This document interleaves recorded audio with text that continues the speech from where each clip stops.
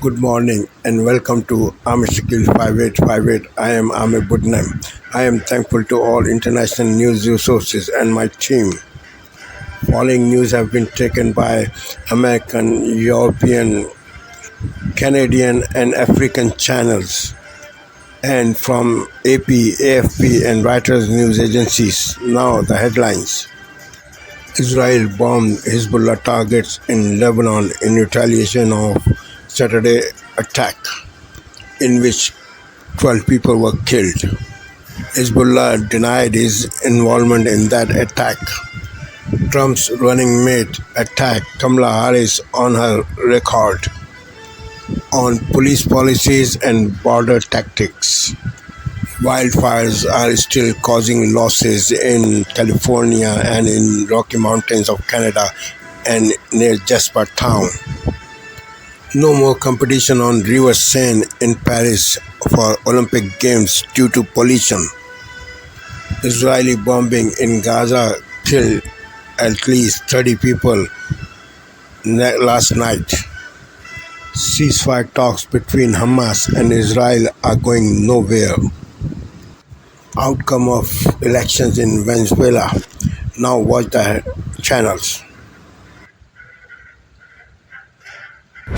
Tonight, new evacuations as firefighters race to get the upper hand on a historic wildfire exploding in size and now racing through a large part of Northern California. The Park Fire, just one of more than 100 raging across the West. Thousands of firefighters are on the front lines of the flames. A state of emergency declared.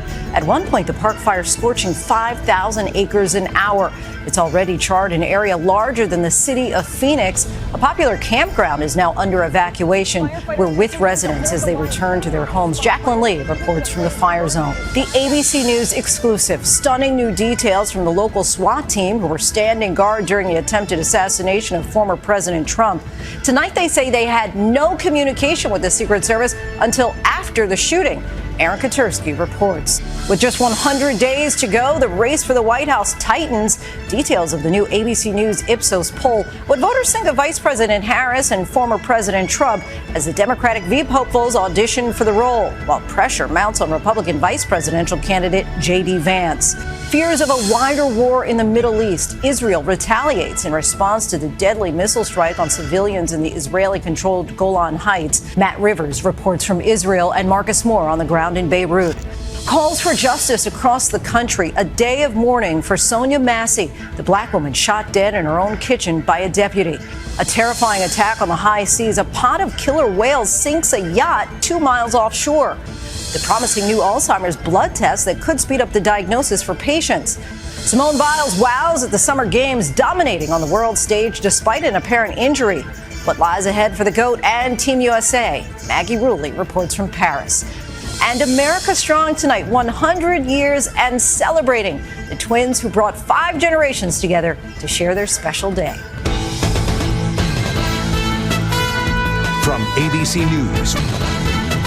From ABC News World Headquarters in New York, this is World News Tonight. Good evening, everyone. I'm Lindsay Davis. Thanks so much for joining us on this busy Sunday. We begin with those wildfires raging across the West, more than 100 in all, including the explosive Park Fire in Northern California. That fast-moving wildfire is now the largest in the state so far this year, scorching more than 350,000 acres. New evacuations are now underway. Firefighters are working to contain the blaze, but face tough conditions. The flames leaving a trail of ashes, smoke, and devastating piles of what once was. Ronnie Stout, accused of setting that fire, now faces arson charges and is due in court tomorrow. Some experts fear this fire could burn for weeks. We have team coverage tonight. ABC's Jacqueline Lee leads us off from the fire zone. Tonight, California's largest wildfire of the year, rapidly growing, forcing new evacuations. We're doing the best we can to safely get them back. The Park Fire destroying dozens of homes and buildings, scorching more than 350,000 acres. Firefighters continuing to hold the line, putting out these spot fires. You can see the flames burning inside that tree trunk, and it is a race against time as temperatures continue to rise later this week.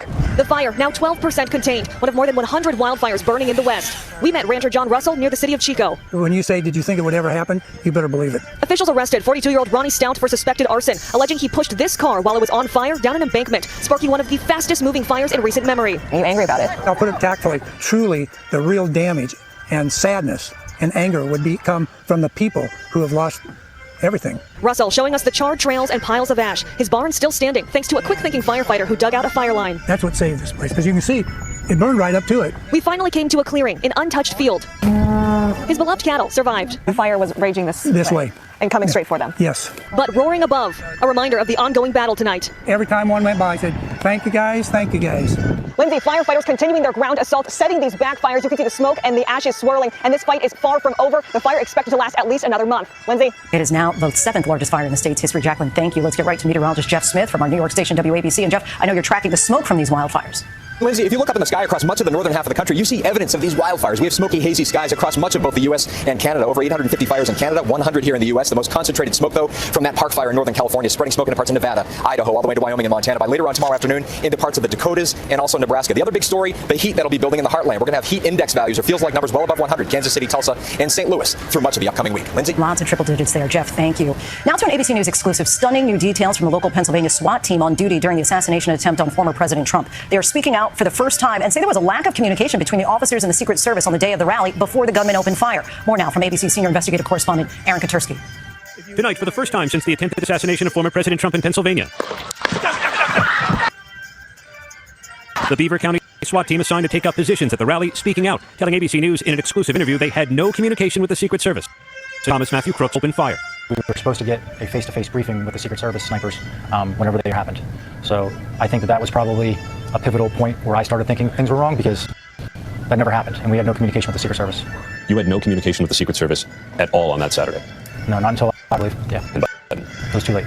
That same SWAT team says they saw the gunman an hour before the shooting. Sniper Greg Nichols said he recognized...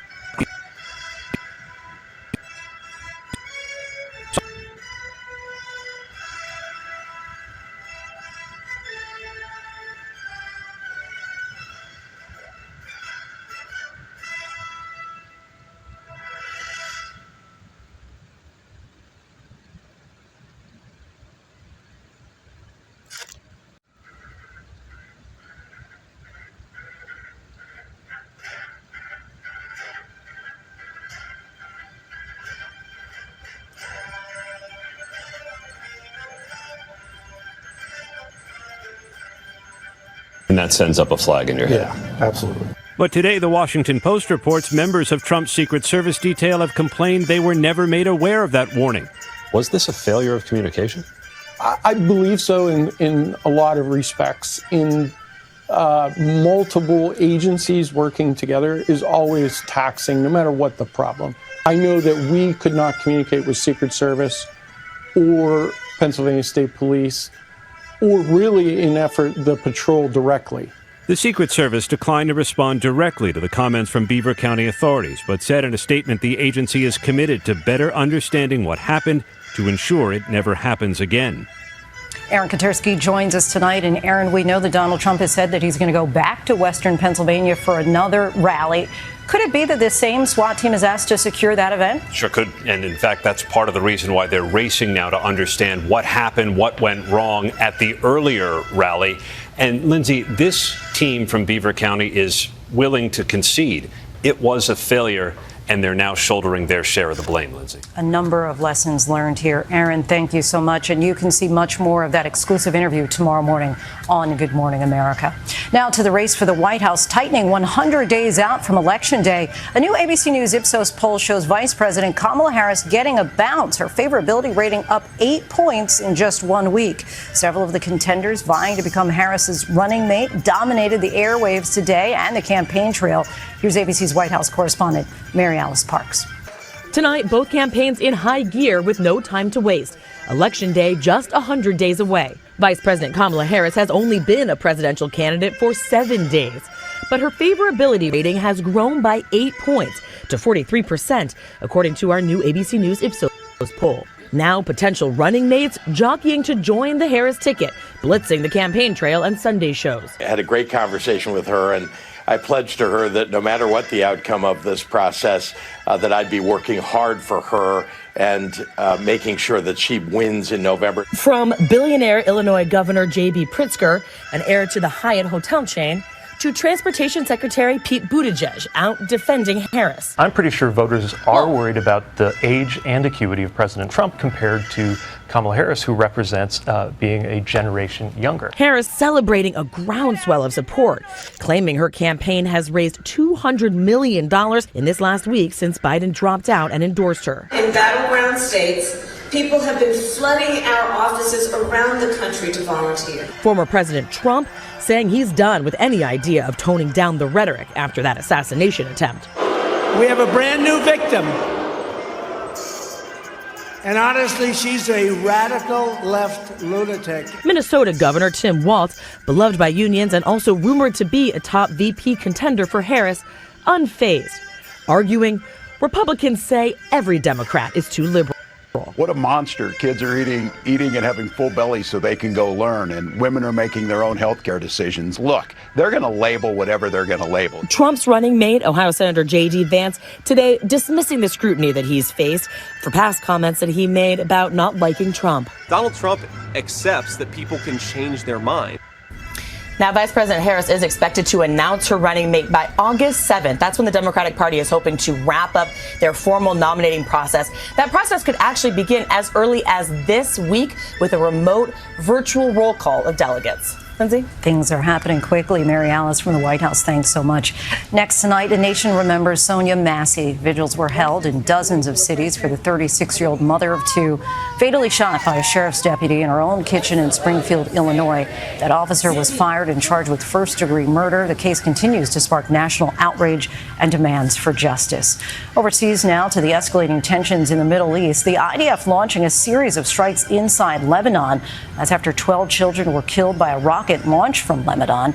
Diplomats are now desperately trying to keep a full-scale war from erupting between Israel and Hezbollah. Ceasefire negotiations between Israel and Hamas resumed today in Rome. ABC's Matt Rivers reports from Tel Aviv tonight. Tonight, the Middle East on a knife's edge as Israel prepares its response to the deadliest attack on its soil since October 7th. Around 6 p.m. Saturday, at least 30 projectiles were launched from Lebanon.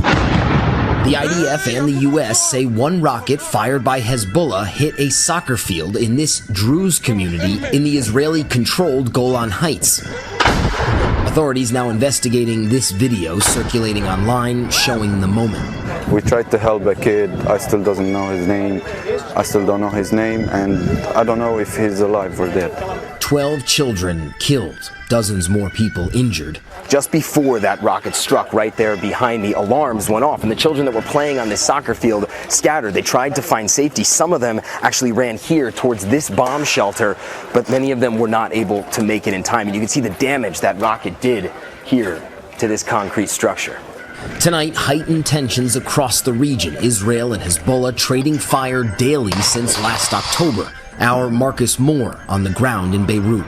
While Hezbollah has denied it was behind the strike on that soccer field, many people here in Beirut and across the region are bracing for Israel's next move, and they're still concerned that it could spark a wider regional war.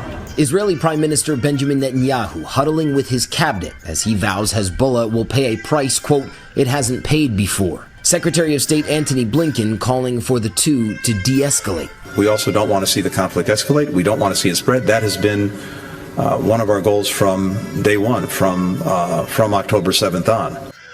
And Lindsay, Blinken also said that is part of the reason they're working so hard to try and secure a ceasefire deal for the fighting in Gaza. Negotiators meeting once again today in Rome, though no progress reported. Lindsay? The White House says Israel and Hamas are closer than they've been before to a ceasefire deal. Matt, our thanks to you. Venezuelans, meanwhile, headed to the polls today for a high-stakes presidential election. The authoritarian regime of Nicolas Maduro is facing one of its toughest challenges in years. Let's bring in ABC's Patrick Revo. And Patrick, what's the latest? Hi, Lindsay. Yeah, polls have just closed in this critical and highly uncertain election where a united opposition hopes it can finally end the authoritarian rule of Nicolas Maduro. Independent polling before today predicted strong support for Maduro's opponent, Edmundo Gonzalez. He is a stand-in for the real challenger, Maria Corina Machado, who Maduro kept off the ballot. She's attracted crowds of tens of thousands across Venezuela, but there are real doubts that the vote will be fair or if Maduro will accept a result if it goes against him. The US and other democracies denounced Maduro's last election in 2018 as rigged. There's deep uncertainty about the outcome tonight, but a contested election could trigger mass protests and potentially another wave of emigration. A tense night ahead, Lindsay. We'll be monitoring that, Patrick. Thank you. Now to the second day of the Summer Games in Paris, and Team USA boosting its medal count. Simone Biles makes a triumphant return, battling through an apparent injury. And Team USA basketball played its first game, dominating Team Serbia. Kevin Durant and LeBron James led the way. More now from the ABC's Maggie Rulli in Paris tonight. Tonight, an Olympic comeback for Simone Biles, powering through the most difficult vault ever landed by a woman in the Olympics despite a calf injury. A Yurchenko double pike, Biles launching off the vault, doing a backflip twice in the air with her hips bent and legs straight as if she's sitting on the floor. A move so rare, it's now called the Biles 2. The crowd roaring for Team USA and Biles' triumphant return to the mat after suffering a mental block in Tokyo known as the twisties, prompting her to withdraw from the majority of the competition.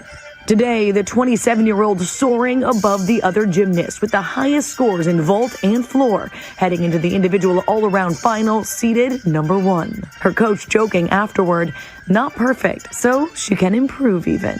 Biles, the most decorated women's gymnast ever, injuring her calf before her floor routine, wrapping her ankle and seen limping, even crawling at times.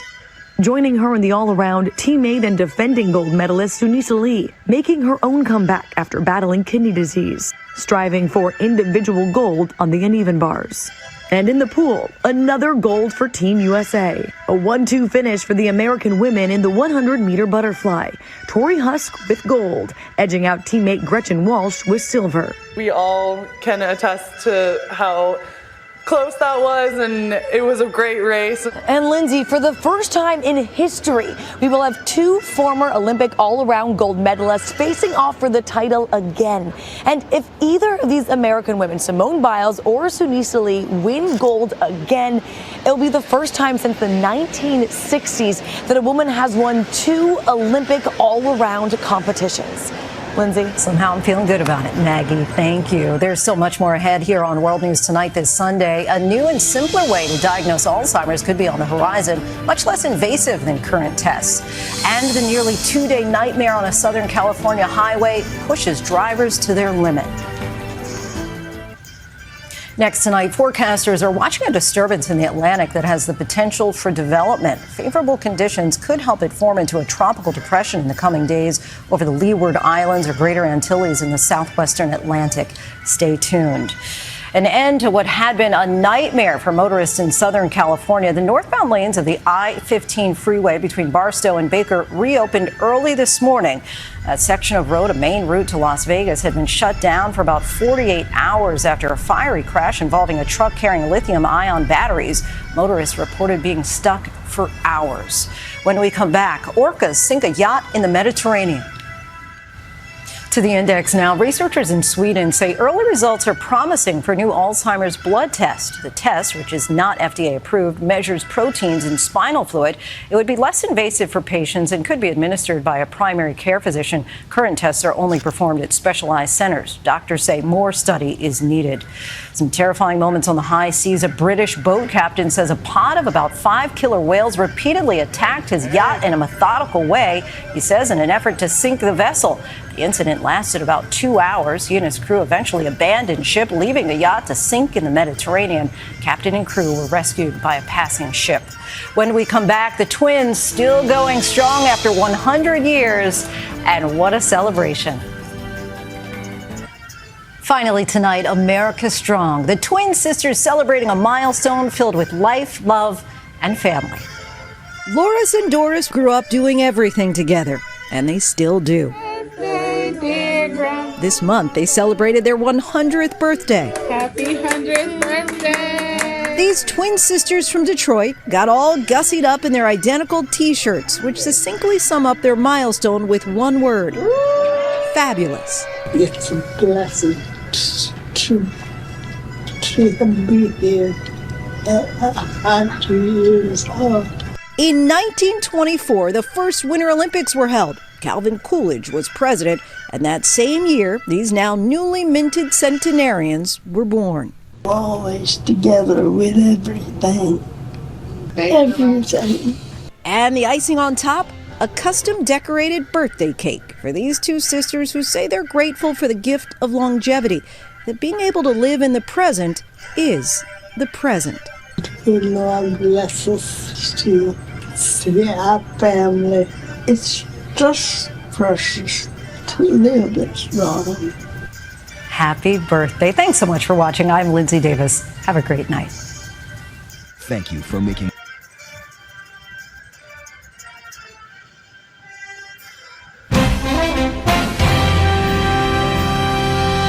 Tonight on PBS News Weekend, will having Vice President Harris at the top of the Democratic ticket help or hurt down-ballot initiatives and candidates? Then, fewer doctors are going into pediatrics, leaving parents desperate to find needed care for their children. The first available appointment was June 2025. Isn't that terrible? You have to hope for somebody else to cancel an appointment to get your child the care that they need. And the story of an artist who paved the way for equal rights for Americans with disabilities.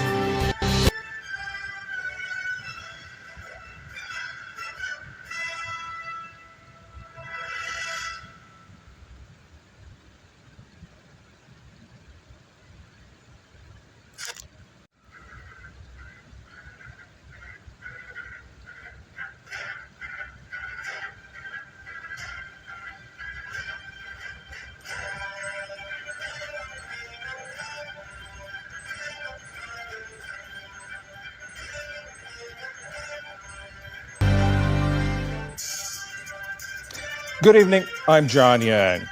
Tonight, U.S. and other Western diplomats are busily trying to keep Israel and Hezbollah fighters from escalating attacks along the Israel-Lebanon border.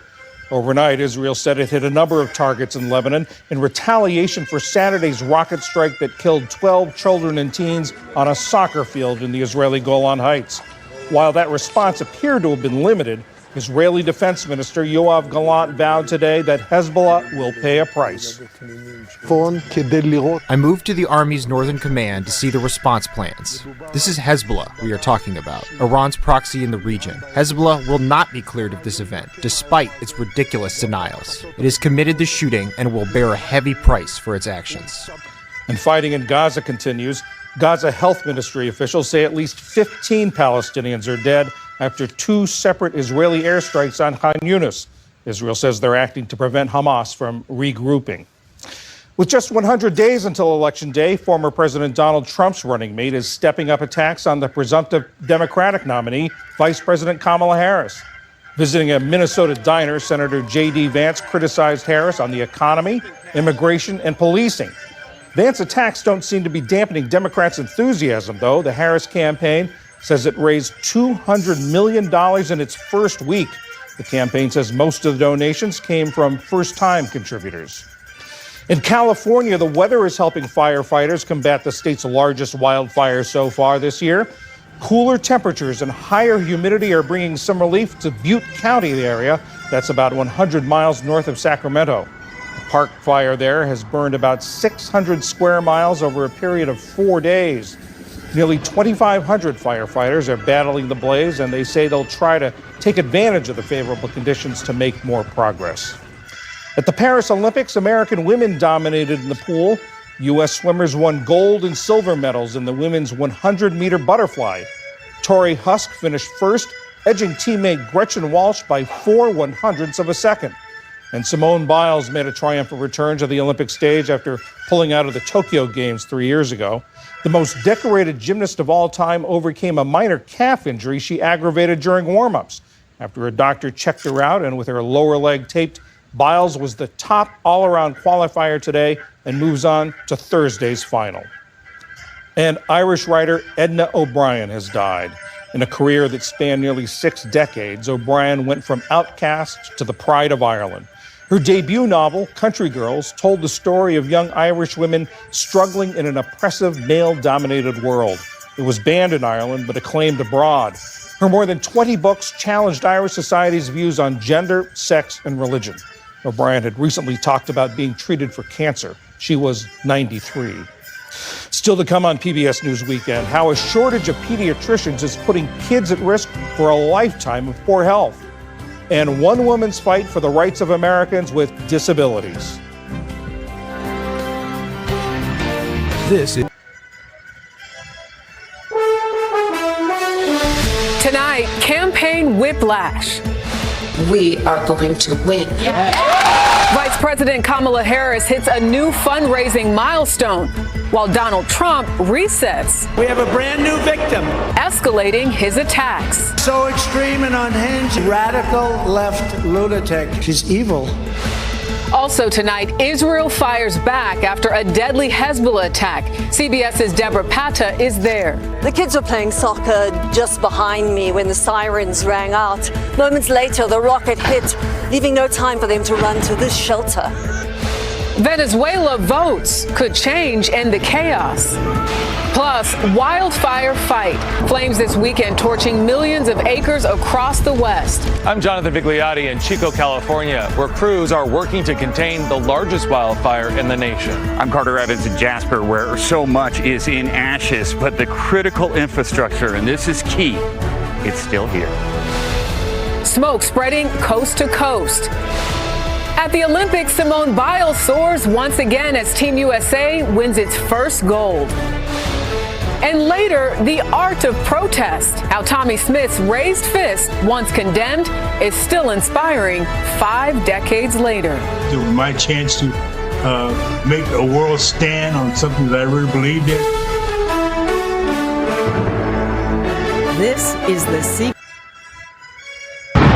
Tonight, dangers of a new war front breaking out after yesterday's deadly rocket attack on civilians in the Israeli-controlled Golan Heights, more than 100 miles from Gaza.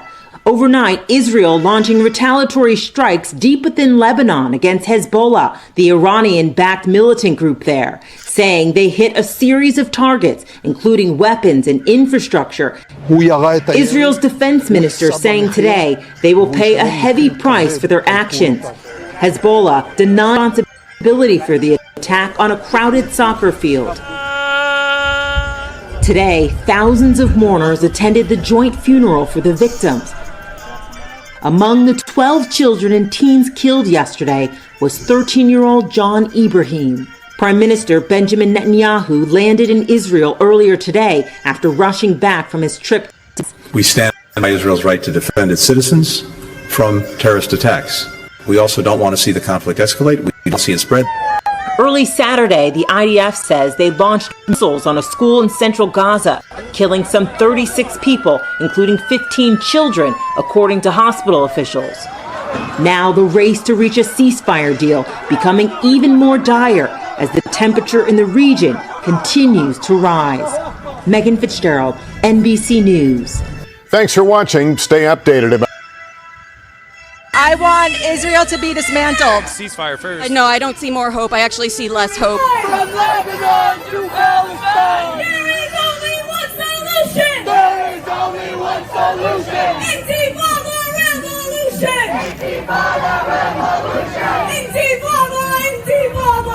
Intifada, intifada. Long live Intifada. Long live Intifada. I would like to see a two-state solution. Israel right now has to stop completely the bombing and killing of civilians in Gaza. Israel should do whatever they want to do. It's their territory, it's their area. Stop genocide, stop the fight, stop the war, stop bombing, stop killing people. The only solution will be a peaceful dismantlement of the state of Israel. Israel needs to withdraw all troops from Palestine and end the occupation of Gaza and the West Bank. Ceasefire now. We want the people of Israel to stand up against the injustice. I want Israel to deoccupy. I want them to decolonize and leave. I do believe that it is okay for Jewish people to have their own state, but I don't think it should be at the cost of tens of thousands of lives. I would like a one state. I'm part of the One Democratic State initiative. We believe that everyone has the right to live in dignity in a fair and free society. Everyone should have equal voting rights. Everyone should have equal access to water, equal access to roads. Should never be walls. And no one should be punished for the crimes of their ancestors. I want them to get the hell out of Gaza, the hell out of the West Bank, and to stop all kind of apartheid against the Palestinian people. Israel needs to have a two-state solution. Palestinians need to have their own right to freedom and their own rights, their own land, where they have their own protections. They cannot be under this occupation, this apartheid state anymore. The globe is united that this is an apartheid state that Israel is conducting, and they have to come to a two-state solution immediately. The government needs to comply, and because this is the only good thing for them. And if they don't, the destruction is at the end. Just like any empire. On this Sunday night, a first-hand look at the fire-ravaged ruins of Jasper. This is the main drag here in Jasper. How some buildings came so close to being reduced to ashes. Israel's revenge for a deadly rocket strike. Stop the war. New points in sports history. Canada's first Olympic medal ever in fencing. And a crowning achievement for diversity. Ashley Collingwood! The first Indigenous woman to win the Miss Universe Canada pageant. Global National reporting. Tonight, the firefighters on the front lines recounting the moments before a massive wildfire moved into Jasper.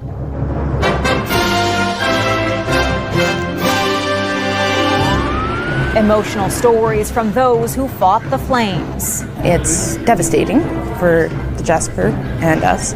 Plus, a new perspective of the damage as media tour the town site. Every structure fire in the town site is contained and under control and actually extinguished.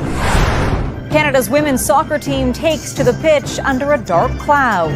I think we've lost our image. If they win all the games, they have lost the Olympics. The head coach speaks out as the federal government pulls back funding.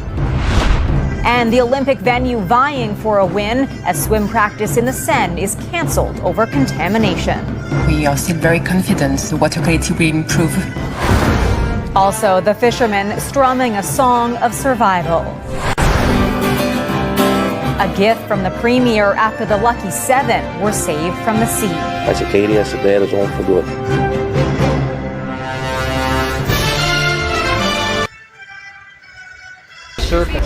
At this farmer's market, vendors say the freshest produce comes from closest to home. Our food is grown and harvested in Toronto. You can't get fresher than that. So when Loblaw-owned No Frills sent out a marketing text message blast to Ontario customers saying, skip the line at the farmer's market for fresh produce at low prices, many, like this regular customer, were upset. First of all, it's mean, and it's disrespectful to the hard work that all these farmers do.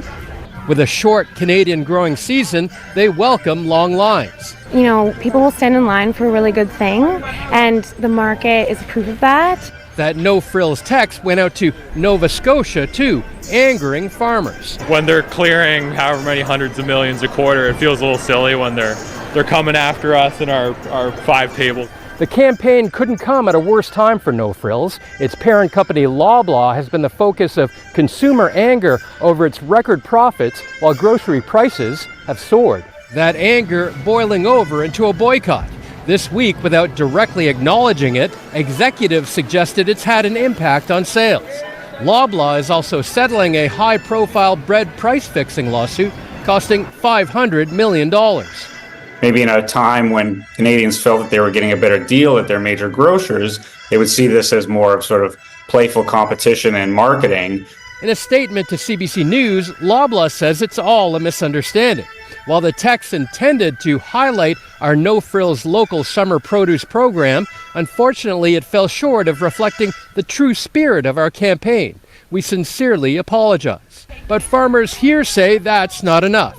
They want Canadians to say no thanks to No Frills and go to a farmer's market this week. Philip Shaddox. Yana Lee, one of the 200 France 24 correspondents around the world.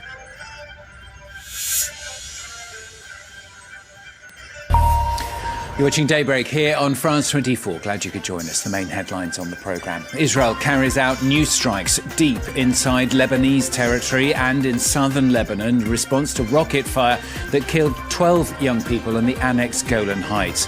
The Israeli War Cabinet giving Prime Minister Benjamin Netanyahu the green light to decide on the type and timing of a fuller response, raising fears of a full-scale war. The people of Venezuela anxiously awaiting the results of this weekend's fraught presidential election. The government putting out a message of confidence as socialist incumbent Nicolas Maduro faces the biggest challenge yet. I'm going to talk shortly to our regional correspondent, Simone Bruno. And France's Léon Marchand does not disappoint, powering his way to dominate the 400 metres individual medley at the Olympics, a new Olympic record as the so-called French Michael Phelps was watched from the stands by Michael Phelps himself. We'll hear from our sports reporter.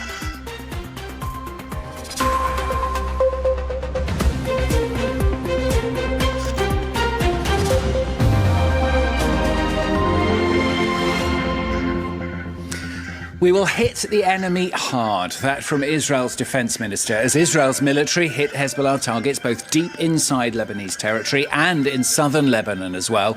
Those strikes in response to rocket fire that killed 12 young people in the Israeli-annexed Golan Heights, raising fears again of all-out war. As Israel's war cabinet met, the Israeli Prime Minister Benjamin Netanyahu given the green light now to decide on the ongoing type and timing of a response. Yinka Oyatadi reports. For Israel, retaliating to Saturday's rocket strike that killed 12 teenagers and children in the occupied Golan Heights is no longer a matter of if, but when. After convening on Sunday, Israel's Security Cabinet has now authorized Prime Minister Benjamin Netanyahu's government to decide on the manner and timing of a response against Hezbollah, who it's blamed for the attack. Yoav Gallant, the defense minister, is vowing to hit the Iranian-backed group hard.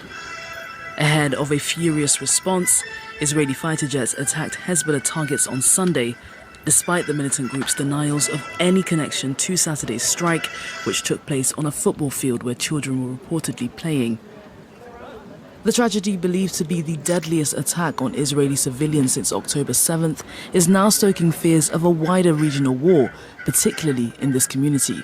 I'm afraid for the consequences. If this happened yesterday, what about tomorrow if it happens, like, if it gets to an all-out war? That's going to be pretty tough. More people are going to die on all sides. It's a scenario that Israel's allies fear too, as they now work feverishly to de-escalate tensions. Leading the calls for restraint is Washington, who also claims...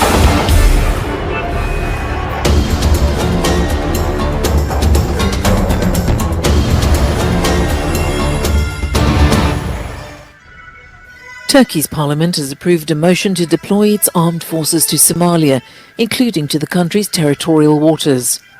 The two-year operation aims to support Mogadishu's counter-terrorism operations and comes months after the two countries signed a defense and economic cooperation deal.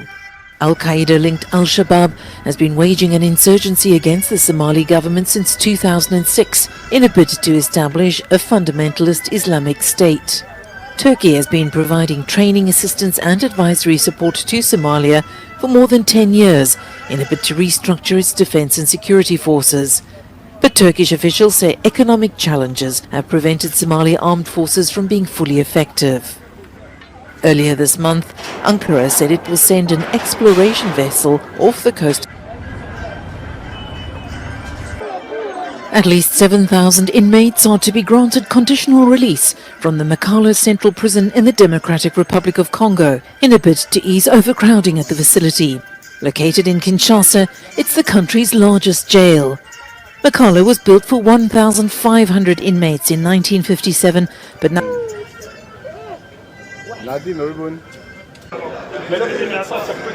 The French nuclear fuel specialist reported a loss of 133 million euros for the first half of the year, according to results presented on Friday.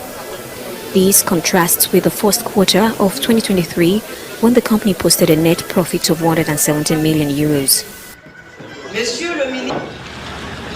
This year, however, the company is facing difficulties. One major issue is Niger's decision in June to strip the company of the Umuraren mine, the largest in the world, with estimated reserves of 200,000 tons. Additionally, Somair, the subsidiary, 63% owned by Orano, was struggling. That took place, but about 6 weeks after that marriage, Rukia Haidara was murdered by her new husband. Police investigated that case and the husband was found guilty of murder, but the police also went after Rukia's mother And as they investigated, they found that, well, she had actually forced her daughter into that marriage. So essentially that's what this case was about, and it's taken several years, but her mother was brought before the courts and recently was found guilty of forcing her daughter into the marriage. The judge today said it's possibly the first conviction of its kind in Australia after laws were passed about a decade ago by the federal government. And there were some dramatic scenes in the courtroom today. What happened? Yes, there certainly were some dramatic scenes. Initially, the judge, as she was going through the sentencing process, went through some of the offending and she condemned the actions of Rukia Haidara's mother, whose name is Sakina Mohammed Jan. The judge said that Sakina Jan may have had the best of intentions while, hoping to arrange this marriage for her daughter, but she said that she abused her power as a mother and said that she'd set up this marriage really because... Hello there, you're watching the press preview, a first look at what is on the front pages. In the next half hour then, we'll see what's making the headlines with barrister and former government minister Anna Soubry, as she rolls her eyes, and the columnist Angela Epstein. Lovely to see both of you, and welcome to you.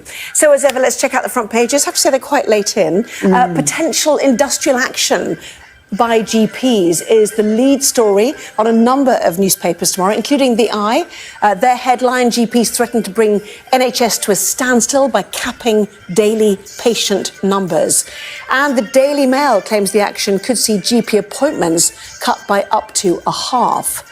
The Mirror's headline, again, bitter pill, woeful Tory legacy, the banner headline for that. Financial Times is leading with the buoyant momentum of Kamala Harris's presidential campaign, which has received more than $200 million in donations in its first week. The Metro's headline, Shame of the Games, referencing the participation of the convicted Dutch child rapist Steven van der Velde in the Olympics. We will learn from this, the Manchester Evening News quoting Mayor Andy Burnham over the police kicking incident. Well, more papers to come. And just a reminder, by scanning the QR code you'll see on screen during the programme, you can check out the front pages of tomorrow's newspapers while you watch us. So let's have a look, shall we? Let's kick off with the Times, which we have. Squeeze on spending to lift UK from a £20 billion black hole. It's a headline we've heard for a few days, but we're beginning to hear, as John Craig said, some of the details there. Well, I think the thing is that, first of all, you have to frame it in the fact that this is, Reeves making her first grand statement, and she has to position herself as some kind of saviour. And the thing that sort of agitated me slightly is, I hate this, it seems almost a bit disingenuous that we didn't really appreciate how bad the state of affairs were in terms of the finances of the nation, and there's this huge black hole. Pat McFadden has said, bring out your dead, we want to see what sort of the status is. And the fact is that the sort of is an argument, is she laying the ground here for rising, for future tax rises? And she's sort of basically stating the case for how bad things are. And this sort of slight surprise in her sort of her tone, well, even though from the Office of Budget Responsibility since 2010 have made the state of the government's finances quite transparent. The point of all this is, to be fair, Rachel Reeves said that if Labour won the election, they'd inherit an economy that was in the worst state since the Second World War. To be fair, she did say that. But she said it was so bad. I think actually that people at home know, and I think they're under no illusions as to the mess that we're in. And now Reeves says, we found this black hole. We've got, £20 billion that we've got to fill. And so she's rolling the pitch, as John's already told us. She'll be making this announcement in the House of Commons tomorrow, and she will not pull her punches. And she's right, because things are dire, and I think she's right to say that.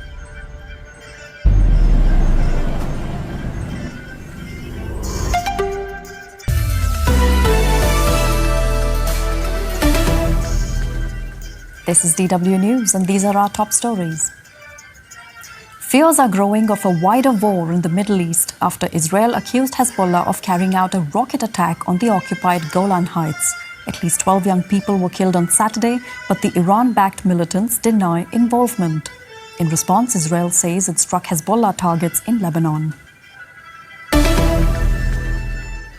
Voting has closed in Venezuela's most closely fought election in decades. President Nicolás Maduro is seeking a third term in office, but faces a significant challenge from an opposition coalition. Voters are most concerned about a prolonged economic crisis, which has driven millions of people to leave the country. At the Olympics, the first training session for triathletes in Paris's River Seine has been cancelled because of high pollution levels in the water. Officials said recent heavy rain is the reason for the poor water quality. They expect it to improve in the coming days. You're watching DW News from Berlin. There is lots more on our website. Just go to dw.com.